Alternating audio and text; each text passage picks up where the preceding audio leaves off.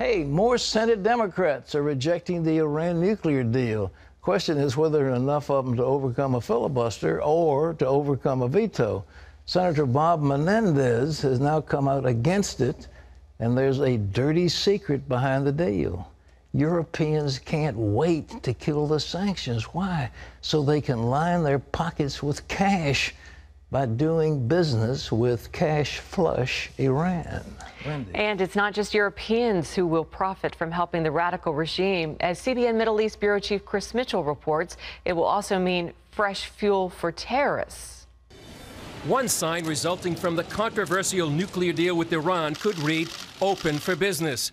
That's why the German economics minister and French foreign minister ran to the front of the line to visit Tehran. Economic factors will be dominant, while the other aspects of the deal, which is Iran compliance, will be pushed aside, I'm afraid. Reports say European businesses are ready to compete for their share of the 77 million strong Iranian market. Sanctions relief in the deal would pour between $50 to $150 billion into the Iranian economy, enabling Iran to become better at what it already does well, export terrorism. It's a huge amount of money that will help them to recover their economy, to keep the regime in power, and to use that money in order to finance all of those terrorist organizations in the region. There will be enough money for Iran to export the revolution into Syria, to help Hezbollah, to send missiles and the know-how how to build missiles, rockets to Hamas. President Obama even admitted that the terrorists would benefit from sanctions relief, but said it was worth the trade-off for Iran not to get a nuclear bomb. Let's stipulate that some of that money will flow to activities that we object to. Iran supports terrorist organizations, Obama said, and even groups that have killed American troops. The truth is that Iran has always found a way to fund these efforts, and whatever benefit Iran may claim from sanctions relief pales in comparison to the danger it could pose with a nuclear weapon. Within 8 years, people like Qasem Soleimani, commander of the Quds Force that supports terror proxies throughout the Middle East, will be off some lists. Israeli Interior Minister Silvan Shalom told CBN News it doesn't make sense. It looks an absurd that a terrorist like Soleimani, that is running all of the terrorist operations here in our region, will be out of that list and will be a free man. And the Israelis are brought to the International Court in The Hague. In fact, Western intelligence agencies said he already broke travel sanctions when he visited Moscow and met with Russian leaders last month. Retired Lieutenant Colonel Michael Seagal says dangerous people will be taken off the sanctions list. There is a guy, most of people probably didn't hear about him. His name is Faridun Abbasi Davani. He was the head of the Iranian Atomic Energy Association, one of the most skillful nuclear scientists, and people like him will be moved out from the sanction list. Iranian leader Ayatollah Khamenei may soon press his advantage. According to a New York Post report, he recently released a 416-page book called Palestine, in which he lays out a plan to destroy Israel. As Congress debates the nuclear deal and the friction continues between the U.S. and Israel, it's clear the mullahs will see them as one, the great and little Satan, and they still call for death to both. Chris Mitchell, CBN News. Well, on top of that, the Iranians are buying what looks like from Russia some very sophisticated missile projections, anti-aircraft machines that will be capable of knocking down any airstrikes that we bring against them. Hey, we got an election coming up. What do you think? What do I think? Yeah, what do you think? Give me the woman's point of view. Well, you know, it's interesting because I keep hearing that Jeb Bush is the only one that can really get the job done. He's got the experience. When I was watching the first debate, I really was impressed with Marco Rubio. And everybody's thought Donald Trump won, and I thought he lost. I just thought he was sort of crass and rude to everybody. And I thought Rand Paul was just angry. He just seemed angry. I don't want an angry president. Nobody does. But do you want a casino magnate as president? It looks like that's who we're getting. And I like Ted Cruz, too. I mean, it's Cruz is brilliant. I can't wait for the next debate because I think they're really going to be helpful. What about you, sir? I'm keeping my powder dry, but we'll see. I'm really appalled at as I said, we've got 360 million people in America, greatest nation on the face of the earth, and look who we're selecting as leaders. It's just unbelievable who's there.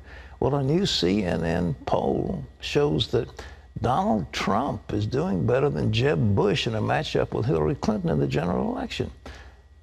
Amazing. The Donald, how does it happen? John Jessup has more on the story from our CBN News Bureau in Washington. Here's John. Pat, that same poll shows a majority of Americans think Hillary Clinton broke some rules with her private email server, and the scandal is hounding her on the campaign trail. On the GOP side, Donald Trump's controversial immigration plan is dividing the Republican Party. It's giving fuel to his opponents who say it will alienate the Latino vote. Heather Sells is on the story. Donald Trump is leading the GOP presidential pack right now with 24% in the latest polls. And he's dividing the party with a call to rewrite the Constitution to crack down on millions of immigrants living here illegally. What's perhaps creating the most buzz, his proposal to end birthright citizenship. It's guaranteed right now to anyone born in the U.S., no matter the legal status of their parents. Some GOP candidates have been quick to denounce Trump's plan, like Marco Rubio, Jeb Bush, and John Kasich. First of all, you just can't do that. I think it even takes a constitutional amendment. In Iowa, Rubio said he doubts that Congress would support it. I do think we need to deal with immigration, starting with enforcing our immigration laws better and bringing illegal immigration under control. Trump's hardline stance on immigration has touched off a fierce debate within the GOP. It does appeal to some of the party's core voters, while also worrying many party leaders who know they need to recapture the Latino vote.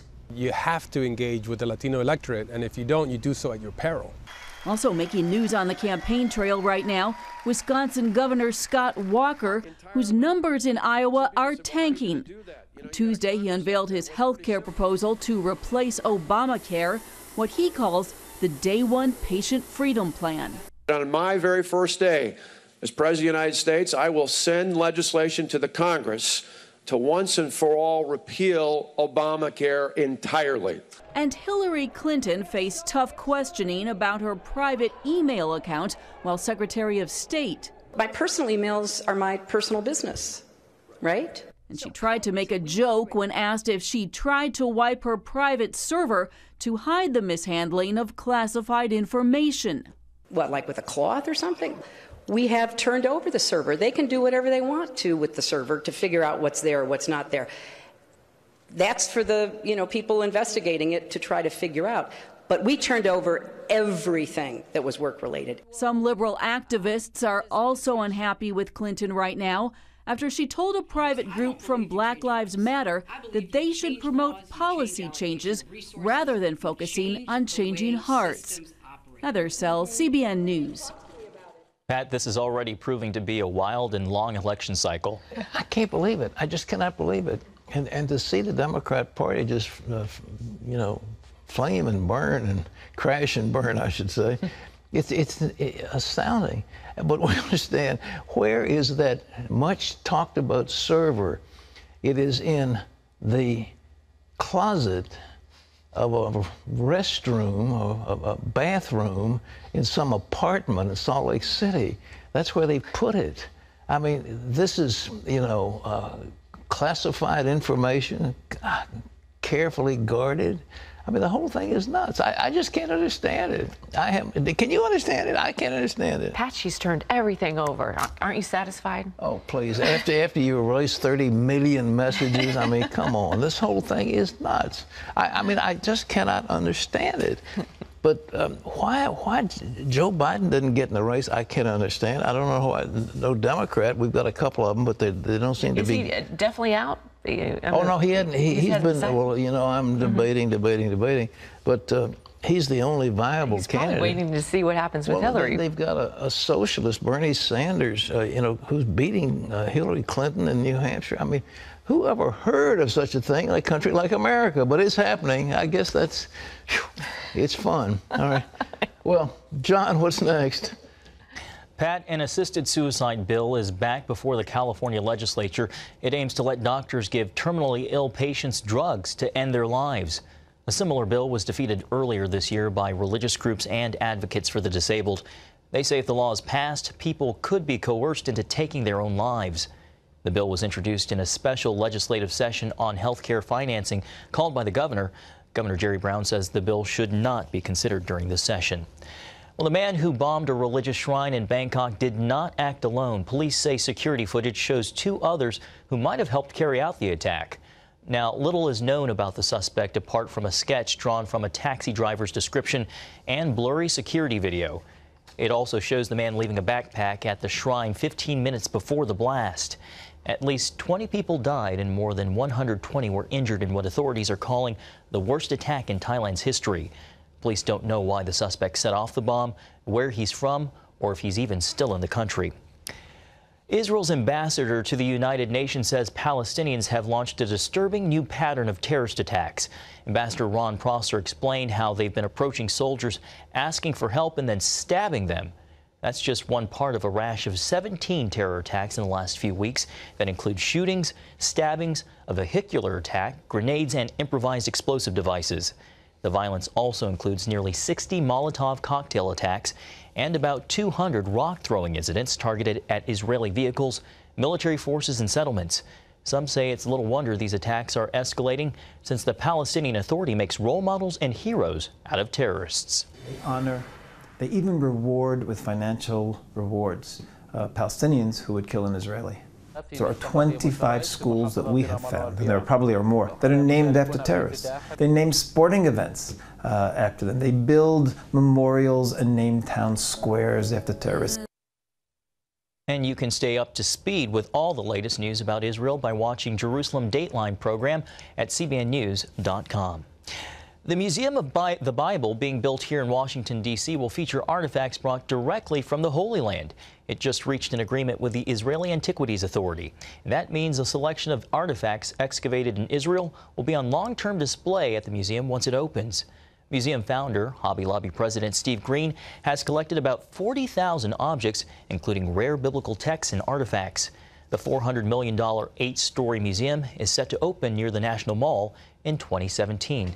Pat, some exciting stuff there. Well, it really is. The Greens are extraordinary people. They've made a lot of money with Hobby Lobby, and they've been very generous in giving it away. But this one is going to be very important. They have a biblical collection that is probably unsurpassed, and now that they're going to add this, and I think a lot of people are looking forward to opening that. There are many monuments in Washington, monuments to the Holocaust. Now there'll be one about the black experience, but this one I think is going to be extremely important, and we look forward to its opening. So congratulations to the Green family for what they're doing.